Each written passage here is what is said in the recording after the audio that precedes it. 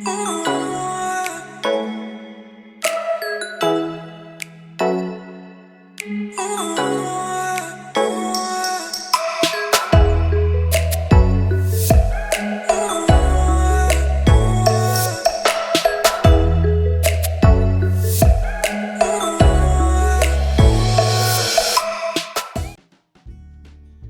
sekarang kita mulai.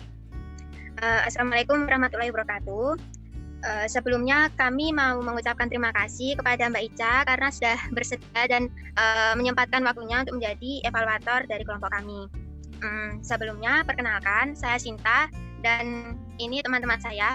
Yang pertama ada Calvin, terus ada Vera, Dia, dan juga Nurul. Untuk PPT-nya mungkin bisa di-share. Ini bisnis plan dari kelompok kami. Next.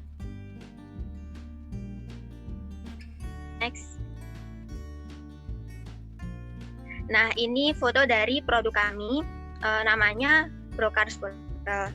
Nah, ini kemarin kami sudah sempat uji coba, jadi ini hasilnya. Next. Selanjutnya ada logo dan label kemasan untuk produk kami. Yang sebelah, oke, next. Next aja tidak apa-apa. Untuk ringkasan rencana bisnis, untuk nama usahanya adalah Macaroni Skutel Broker. Nah, jenis usahanya ini yaitu boga.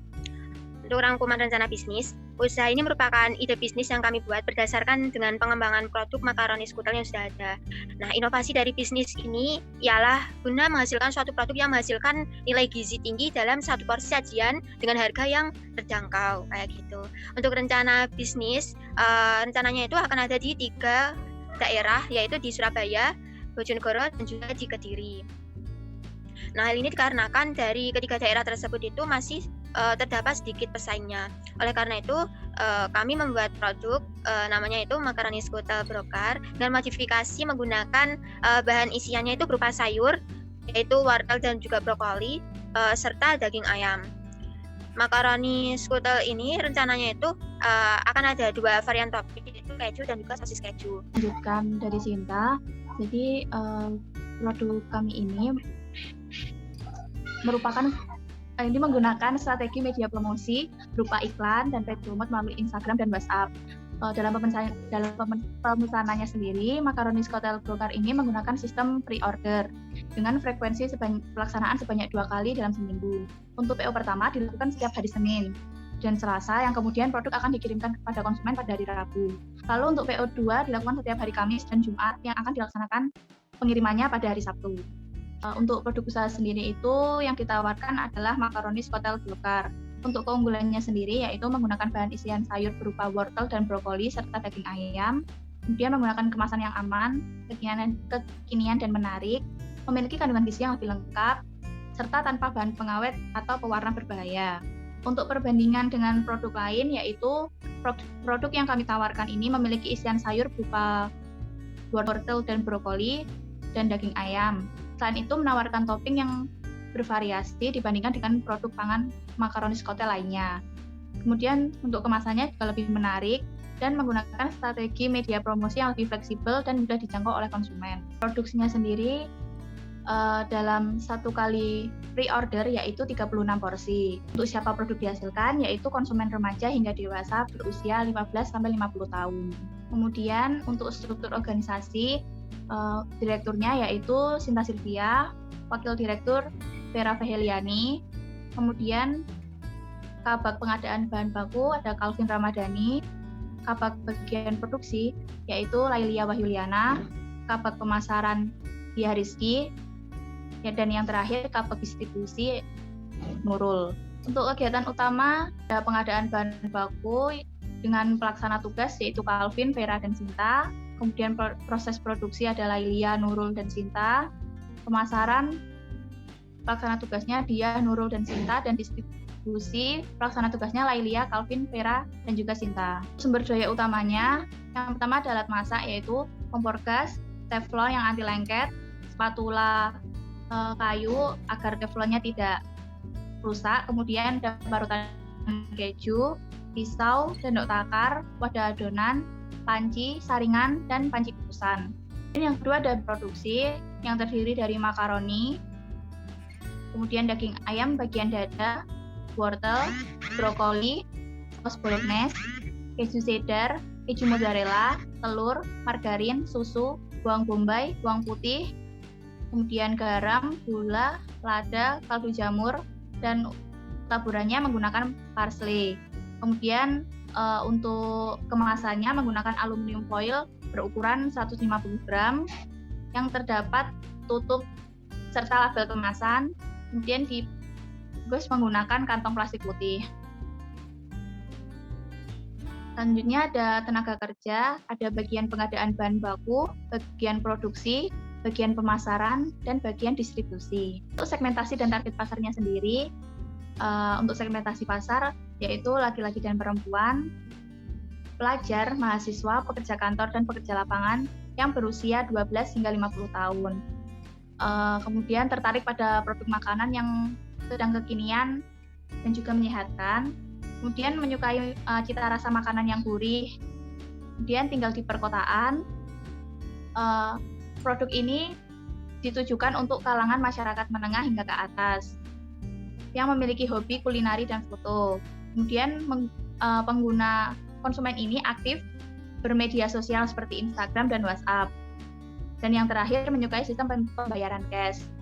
Untuk target pasar sendiri yaitu remaja hingga dewasa yang berusia 15 hingga 50 tahun yang bertempat tinggal di perkotaan serta aktif dalam bersosial media seperti Instagram dan WhatsApp. Strategi pemasarannya untuk produk yaitu makaroni Skotel Brokar. Untuk harganya makaroni Skotel Brokar ini cukup terjangkau yaitu 13.000 untuk topping keju maupun sosis keju. Untuk tempat di tingkat yaitu di lokalnya di Kota Surabaya yaitu Jalan Kendang Sari, Gang 4 nomor 88, daerah Trenggilis Mejoyo. Untuk Kota Kediri ada di Jalan Dr. Saharjo, Gang 3A nomor 19B, Kecamatan Campurejo. Dan kemudian di Bojonegoro terletak di Desa Ngujo, Kecamatan Kalitidu, Kabupaten Bojonegoro. Untuk promosinya sendiri kami melakukan melalui sosial media yaitu Instagram dan WhatsApp. Selain itu kami juga melakukan promosi berupa iklan di sosial media Instagram, berupa paid promote serta menjadi sponsor berbagai event. Untuk target pasar yang dituju yaitu remaja hingga dewasa yang berusia 15 sampai 50 tahun. Untuk rencana keuangannya sendiri, yang pertama ada biaya peralatan dan biaya lain untuk memulai sebesar Rp1.633.000, biaya operasional Rp435.000, biaya produksi Rp34.300, dan biaya pemasarannya Rp0. Sehingga saat di total terdapat Rp2.302.300. Kebutuhan modal sesuai dengan total perencanaan keuangan yaitu Rp1.633.000. Diperoleh dari modal pribadi yaitu Rp272.167 per orang. Karena kelompok kami terdapat 6 orang, jadi itu dikali 6 sehingga totalnya Rp1.633.000. Untuk perhitungan kembali modal itu bisa didapatkan dengan rumus balik modal. Nah, dengan modal Rp1.633.000 ini, maka kan balik modal setelah menjual sebanyak 662 unit. Baik, sekian presentasi dari kami. Apabila ada kurang lebihnya, saya mohon maaf. Sebelumnya, kami ingin meminta kritik dan sarannya dari Mbak Ica. Oke, jadi dari aku yang aku evaluasi, yang pertama dari segmentasi tadi coba lebih difokuskan jangan remaja sampai dewasa. Kalau misalnya mau remaja, dikhususkan remaja aja. Mungkin produknya emang bisa dikonsumsi untuk semua kalangan, tapi untuk segmentasi pasarnya itu difokuskan di salah satu usia aja.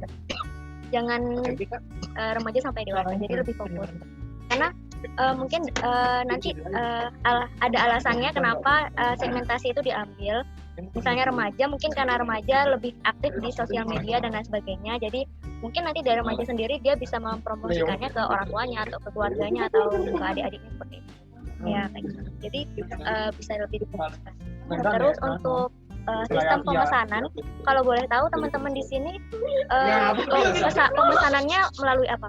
Misalnya kayak WhatsApp bisnis kah atau apa? Karena di sini kan teman-teman buka 3 cabang ya kalau nggak salah. 3 cabang. Nah itu untuk sistem pemesanan dari konsumennya sendiri itu dipusatkan di mana atau bagaimana? Boleh dijelaskan dulu. Nanti per kota itu ada perwakilannya, bakalan ada CP-nya. Misal di Bojonegoro nanti CP-nya siapa, jadi yang pesannya itu di situ. Terus di Surabaya dan Kediri juga kayak gitu. Oke, berarti nanti per kota ada CP-nya gitu ya. Nah ini yang harus dicatat juga gimana strategi teman-teman buat bikin konsumen itu tetap balik pesan lagi ke teman-teman. Namanya konsumen relation.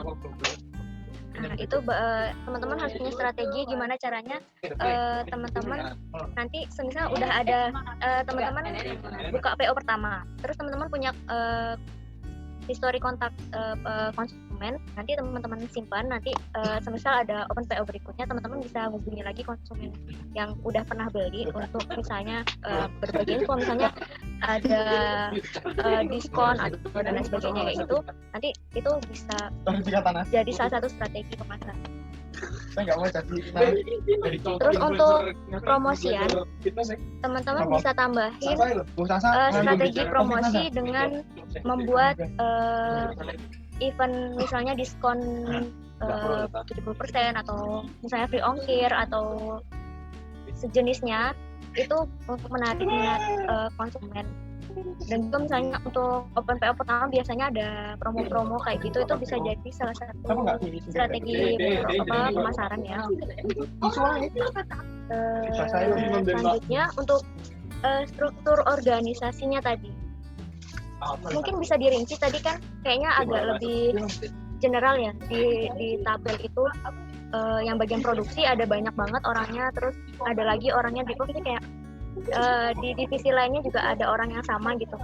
Mungkin nanti bisa lebih rincikan, misalnya di kota misalnya Surabaya, PJ atau penanggung jawab produksi di daerah Surabaya itu siapa namanya. Nah itu diperinci di kota misalnya Surabaya, Malang gitu. Malang, Vera, di Surabaya, Sinta misalnya kayak gitu. Nah itu lebih diperinci aja bagian produksinya. Untuk struktur organisasi sendiri itu sebenarnya orangnya nggak boleh sama, misalnya kayak gimana ya, supaya lebih fokus.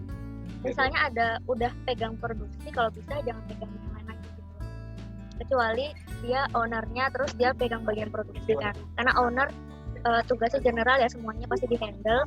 Nah owner nggak apa-apa buat pegang 2 divisi gitu, tapi kalau misalnya udah divisi produksi itu kalau bisa difokuskan di bagian produksi aja. Selanjutnya Mbak Ica, ya gimana, ada mau ditanyakan? tadi yang organisasi itu udah 1 nama, tapi yang Udah satu.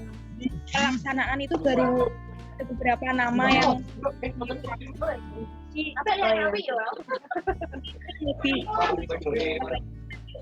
lebih direvisi. Itu bagian yang struktur organisasi atau yang di bagian pelaksanaan? Berarti di bagian pelaksana. Untuk organisasinya berarti udah sesuai ya. Udah satu-satu. Maksudnya bagannya itu loh. Oh iya. Aku lanjut ya. Terus dari aku tambahan, kalau bisa tambahin BMC, Business Model Canva. Kan gini, business plan itu dibentuk supaya bisnis itu bisa berkelanjutan. Nah, BMC sama milestone ini diperlukan supaya bisnis itu terlihat lebih terlihat lebih terpercaya gitu bisnisnya, karena bakal berkelanjutan. Aku izin share screen ya. Aku mau tunjukin salah satu contoh BMC buat teman-teman. Jadi ini salah satu contoh ya teman-teman, business model Canva.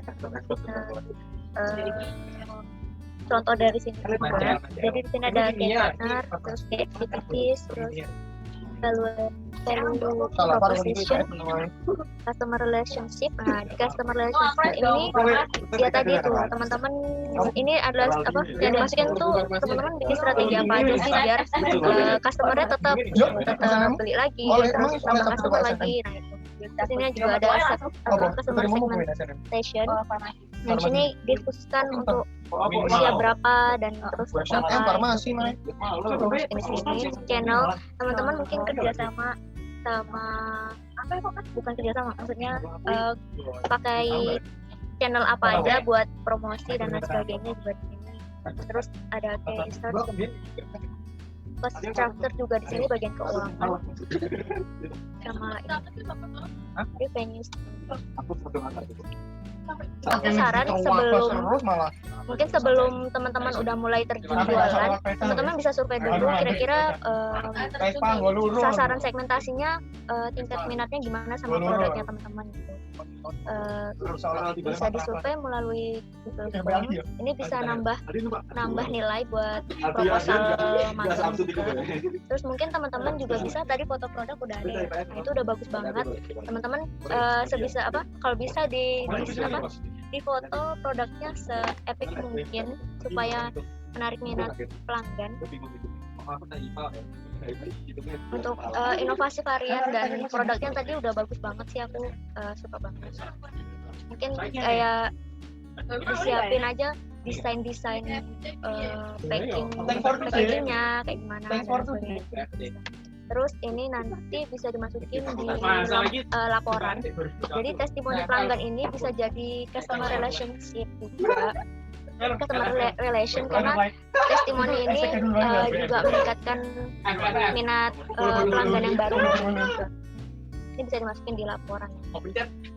Selanjutnya ini ada strategi pemasaran. Nah, teman-teman, ini strategi pemasaran ini teman-teman bisa mulai nyiapin buat Instagram, buat promosinya, terus teman-teman dan dimasukin ke business plan. Karena di business plan ini teman-teman benar-benar nge-planning apa aja yang mau teman-teman share nanti di Instagram atau di sosial media buat promosian. Terus ini strategi pemasaran. Ini untuk WhatsApp bisnis. Nah, makanya tadi aku tanya teman-teman pakai sistem apa, ternyata CP per kota itu juga nggak apa-apa. Tapi mungkin kalau pakai WhatsApp bisnis juga bisa, karena di WhatsApp bisnis ini ada ada katalognya gitu, jadi mungkin lebih memudahkan pelanggan buat pesan ya. Ini strategi menangani komplain. Nah, teman-teman harus nyiapin juga strategi menangani komplain.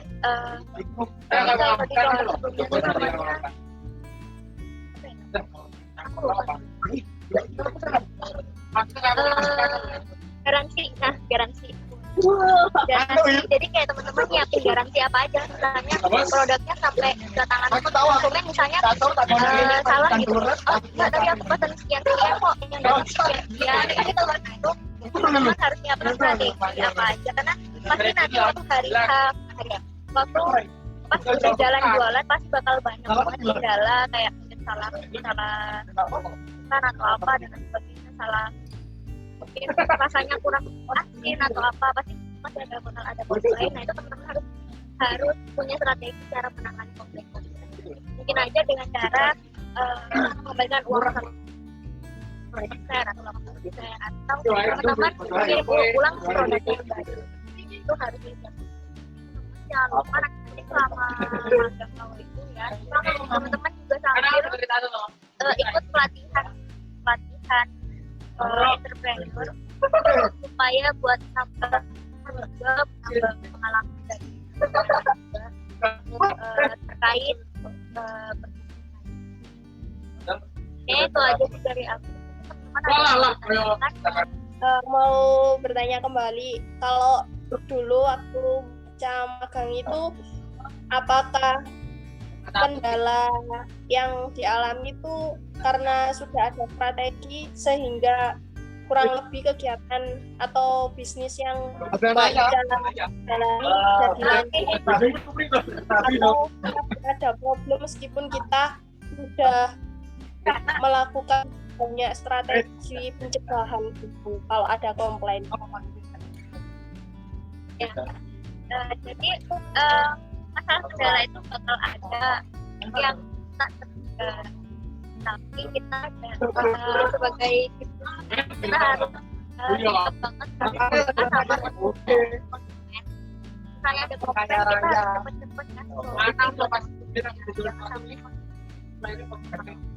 harus cepet-cepet karena bagi konsumen itu masuk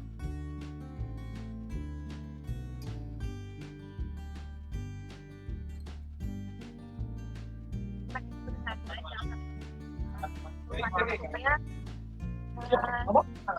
pelanggan lain pun terasa terhadap produk yang ditawarkan. Kalau sama aku bisnis kemarin ya, kalau kendala itu masih ada banyak banget.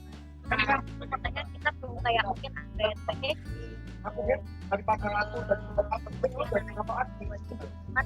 karena di aku di sini jalannya sendiri, teman-teman itu baru masak coba promosikan di kota masing-masing. Terkait produksi tetap ya aku kendala ya harus di apa ya aku yang handle. Kemarin itu sempat kan aku juga pengiriman luar kota karena jadi responnya itu baru sampai Sidoarjo. Nah itu aku kirim pulang produk yang baru. Pernah aku balikin uang 50% karena produknya basi. Dan itu risiko ketutupan. Ada yang tanya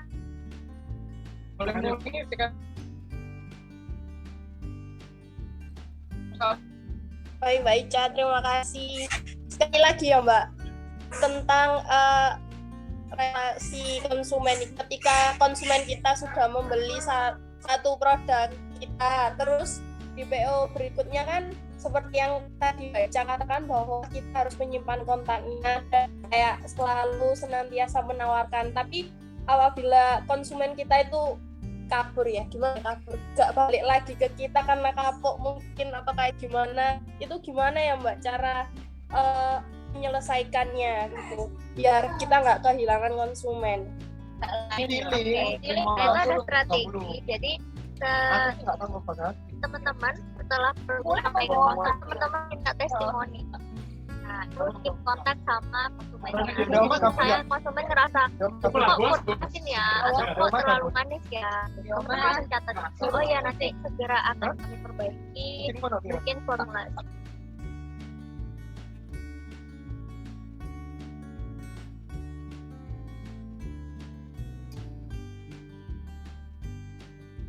Mau usaha buat memperbaiki produk yang ditawarkan. Jadi setelah konsumen mendapatkan produknya jangan ada gitu istilahnya dia atau ya udah terserah mereka suka atau kita udah gitu. Jadi itu harus kontak gimana nih kurang apa, mungkin ada tambahan saran nggak cuma dari segi rasa, mungkin dari packaging atau pelayanan dan sebagainya, semua itu harus. Izin bertanya ya Mbak ya. Jadi sebenarnya yang tadi itu yang bagian kesamaan itu tuh sebenarnya kita udah ngebaginya per wilayah Mbak. Jadi nggak ada yang double gitu loh Mbak per divisi. Nah tapi berarti nanti kita itu nulisnya pembagiannya itu per wilayah gitu ya Mbak. Dipisah satu-satu seperti itu.